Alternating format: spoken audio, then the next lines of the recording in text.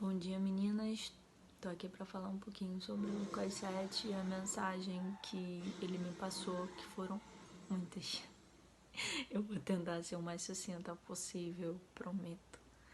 Ele começa falando sobre o centurião que demonstrou a sua fé quando ele reconheceu a autoridade que Jesus tinha, sem que Jesus precisasse provar. Jesus estava numa época em que ele levava a palavra e os ensinamentos, e muitos só criam quando ele fazia o milagre. E aí o centurião vira para ele e diz: sou indigno de tê-lo em minha casa. Eu dou a ordem a um servo e ele faz, e assim creio que você também possa. E aí a gente vê aqui, quantas Jesus fica admirado com aquilo, porque ele não precisou provar nada para aquele centurião, para que ele cresce. E ele vai e dá a ordem e o servo é curado. Quantas vezes a gente questiona essa autoridade de Jesus? Quantas vezes duvidamos da soberania dele, do poder que ele tem sobre nossas vidas, sobre tudo. E muitas vezes a gente fala que crê, mas o nosso coração anda tão ansioso, tão aflito, que a gente acaba às vezes falhando nisso, nessa autoridade, em acreditar e constatar nos nossos atos o quanto Deus é soberano e a sua autoridade não conhece limites. E nessa passagem eu lembrei muito de um versículo que está em 2 Timóteo, capítulo 1, versículo 7, que diz: pois Deus não nos deu espírito de covardia, mas de poder, de amor e de equilíbrio.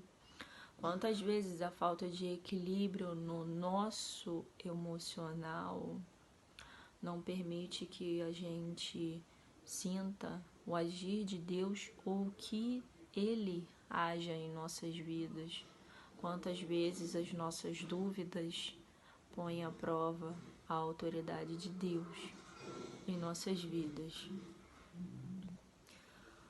O segundo tópico é que Jesus ressuscita o filho de uma viúva. Ele está indo para a cidade de Naim e antes dele chegar na entrada da cidade, ele se depara com uma multidão saindo, acompanhando uma viúva que está indo sepultar o seu único filho. E ela está chorando, está em prantos. E ele, ao ver aquela cena, ele se compadece dela e diz: não chore. Logo em seguida ele bota a mão no caixão e aí ele começa a conversar com aquele menino, ressuscita ele. E o que me chamou mais atenção nessa passagem foi que não foi ela que foi até ele, ela não levou o filho até ele, ela não se prostrou diante dele para que ele ressuscitasse o filho dela. Ele viu a cena, ele se compadeceu, ele parou. Ele podia ter entrado na cidade e ido direto e ali realizado as curas, mas ele se permitiu parar ali, se compadecer dela e ressuscitar o filho dela. Ele quis.